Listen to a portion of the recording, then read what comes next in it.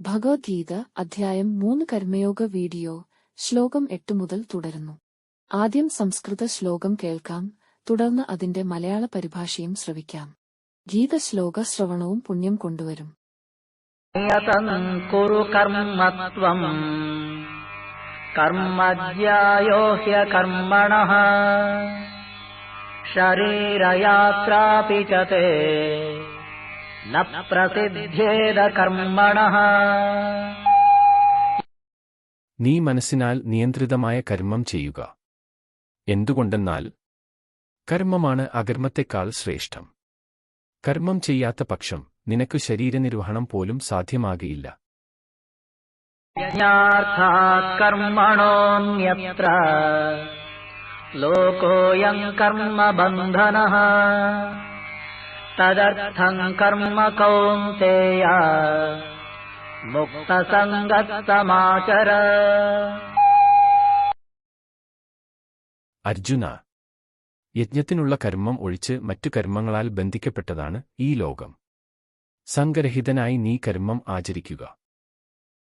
സഹ യജ്ഞാഃ പ്രജാ സൃഷ്ട്വാ പുരോവാച പ്രജാപതിഃ അനേന പ്രസവിഷ്യധ്വം കേശവോസ്വിഷ്ടകാമധുക്. യജ്ഞത്തോടുകൂടി പ്രജകളെ സൃഷ്ടിച്ച് പണ്ട് പ്രജാപതി പറഞ്ഞു, ഇതുകൊണ്ട് നിങ്ങൾ വർദ്ധിക്കുവിൻ. ഇത് നിങ്ങൾക്ക് ഇഷ്ടം തരുന്ന കാമധേനുവായിരിക്കട്ടെ. ദേവാൻ ഭാവയതാനേന തേ ദേവാ ഭാവയന്തു വഃ പരസ്പരം ഭാവയന്തഃ ശ്രേയഃ പരമവാപ്സ്യഥ. ദേവന്മാരെ ഇതുകൊണ്ടു ആരാധിക്കുവിൻ. ആ ദേവന്മാർ നിങ്ങളെ വർദ്ധിപ്പിക്കട്ടെ. പരസ്പരം തൃപ്തിപ്പെടുത്തിക്കൊണ്ടു പരമമായ ശ്രേയസ്സിനെ പ്രാപിക്കുവിൻ. ഇഷ്ടാൻ ഭോഗാൻ ഹി വോ ദേവാഃ ദാസ്യന്തെ യജ്ഞഭാവിതാഃ തൈർദത്താനപ്രദായേഭ്യഃ യോ ഭുങ്ക്തേ തേന ഏവ സഃ. എന്തെന്നാൽ ഇഷ്ടപ്പെടുന്ന സുഖങ്ങൾ നിങ്ങൾക്ക് യജ്ഞം കൊണ്ട് സന്തുഷ്ടരായ ദേവന്മാർ തരും. അവർ തന്ന വസ്തുക്കളെ അവർക്ക് കൊടുക്കാതെ ഭുജിക്കുന്നവനാരോ അവന് കള്ളൻ തന്നെയാണ്.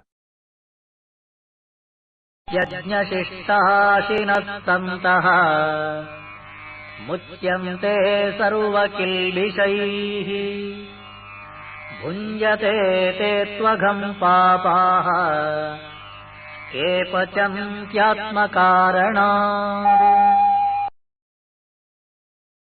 യജ്ഞത്തിൽ ശേഷിക്കുന്നത് മാത്രം യജ്ഞം ചെയ്തു ശേഷിച്ചതായ വസ്തുക്കളെ അനുഭവിക്കുന്ന സജ്ജനങ്ങൾ എല്ലാ പാപങ്ങളിൽ നിന്നും മുക്തി നേടുന്നു. എന്നാൽ തങ്ങൾക്കു വേണ്ടി തന്നെ ഭോഗസഞ്ചയം ചെയ്യുന്നവർ പാപത്തെ തന്നെ ഭുജിക്കുകയാണ്.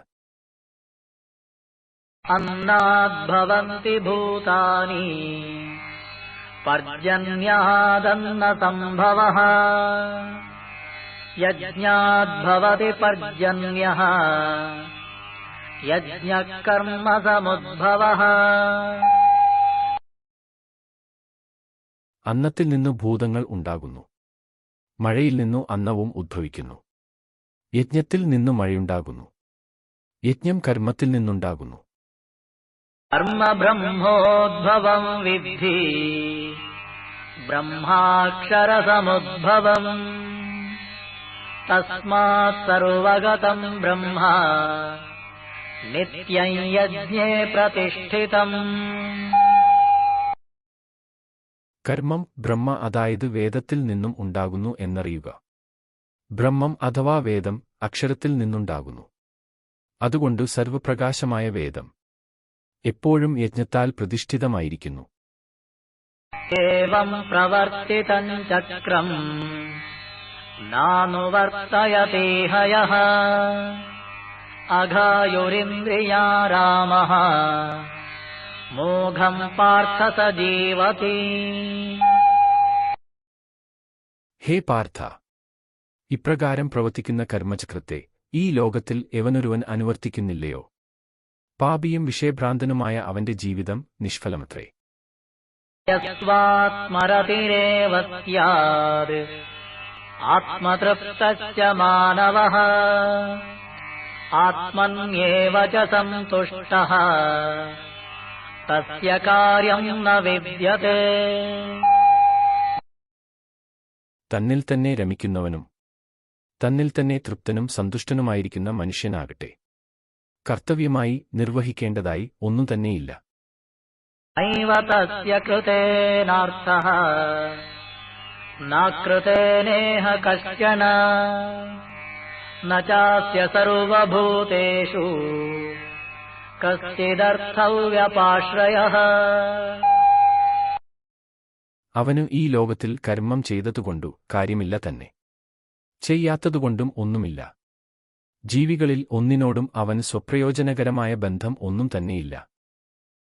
തസ്മാദസക്തഃ സതതം കാര്യം കർമ്മ സമാചര അസക്തോ ഹ്യാചരൻ കർമ്മ പരമാപ്നോതി പൂരുഷഃ.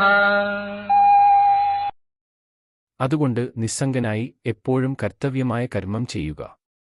എന്തുകൊണ്ടെന്നാൽ നിസ്സംഗനായി കർമ്മം ചെയ്യുന്നയാൾ പരമപദം പ്രാപിക്കുന്നു.